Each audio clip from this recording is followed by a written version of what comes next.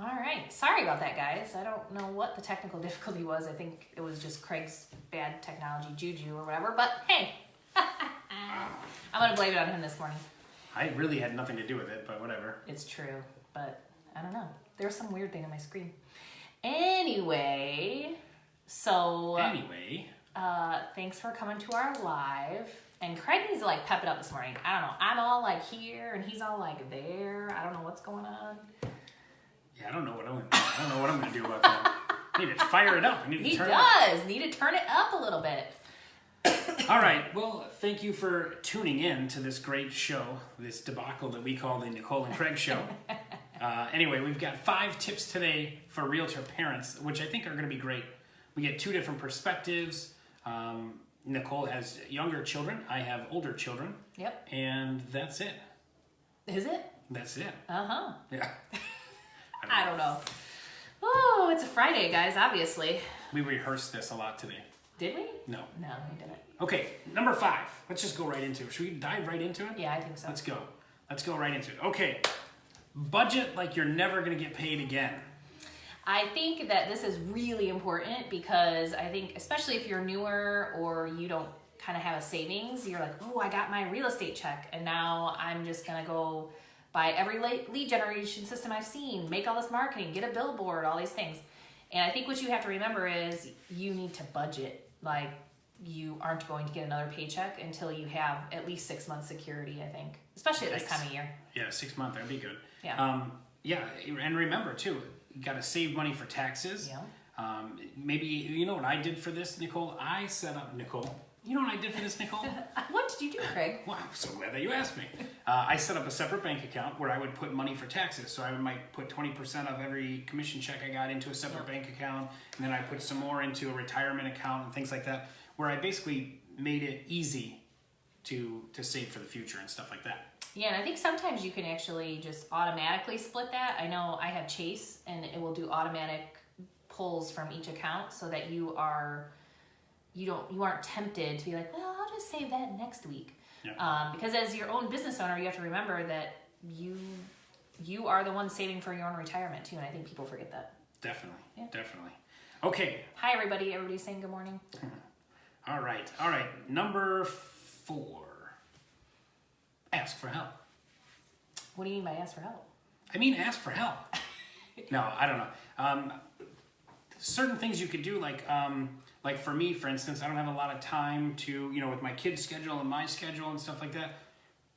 I can't have time to clean the house the way I would like it. Yeah. So I hired a company to clean my house for me. I think for me, a lot of it is groceries and extra errands, right? So a lot of times, I use Instacart or Shipt to watch Craig go down super low on his chair to get groceries shipped to the house. And you would be amazed, A, how much money you save because you're not just buying junk off the shelf, and B, how much time it saves. Like, I could order groceries now and they can be delivered when I get home tonight, and I can just make dinner. So it's really, really cool. Oh, that's a good idea. I didn't even think about that. I use Prime, Amazon Prime Now or whatever.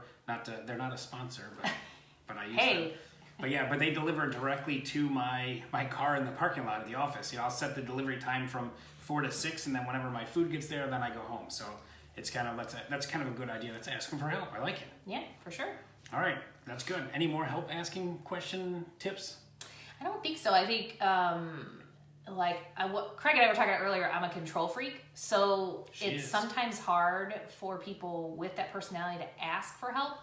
And you just have to kind of humble yourself. I mean, you're going to need it doing this business by yourself. And let's say if you're newer and don't have the budget maybe to hire people for help and stuff like that, you might have friends or family that would be willing to help out and things like that. Mother-in-law. Yeah, if you need help with like Nicole will help. She'll go pick up dry cleaning for you, drop it off at your house and stuff like that. Nope. Nicole will detail your car for you if you give her a call. She will. So stuff like that. Okay.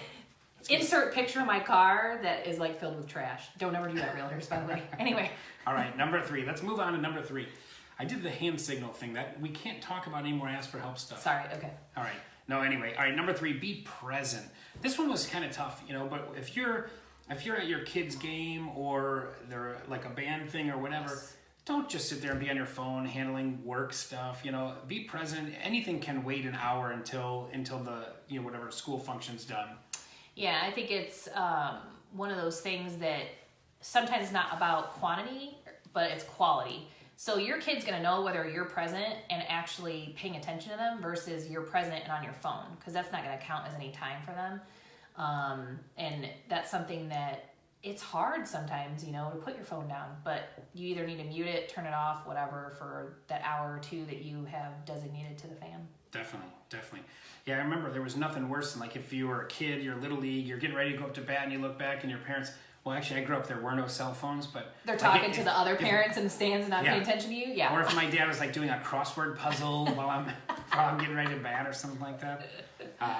But anyway, yeah. So anyway, I guess be present. I think that's a good tip. Plus, then you can give full attention to whatever that phone call is that you put off when you're done. Yeah. You know? Okay. So I think that's good, right? Yeah. All right. Let's go move on to number 2. Put systems in place to set you up for success.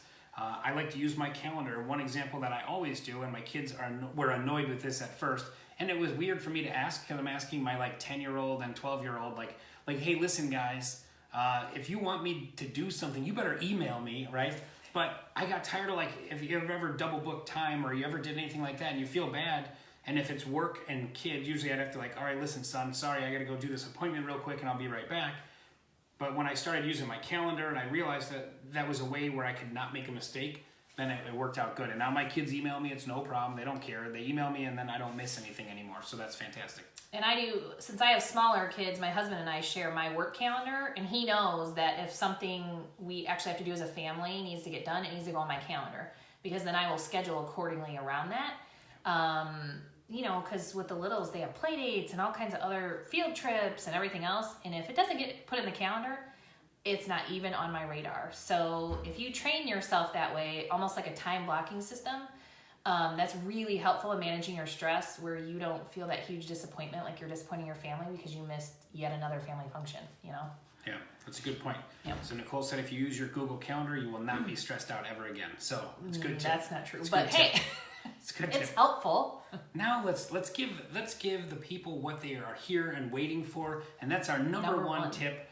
Number one tip with being a realtor parent, I would say, is have a babysitter or a nanny or daycare. Have one of those options figured out, even if you don't need it. Kids are in school, but have like a couple babysitters lined up in case you have to do something, just to be on the safe side.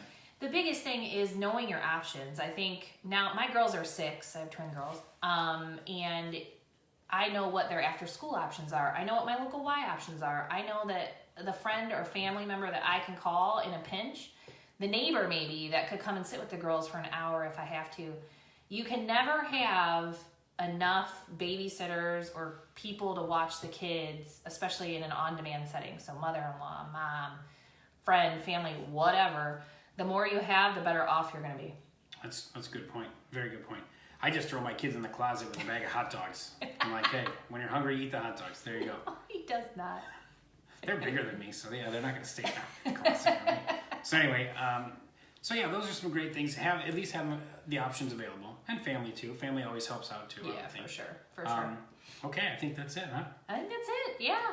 I promise you next week I'll make sure this one has coffee or something. I don't know what the deal is today. I thought it was fine. Oh, yeah. See? It's okay.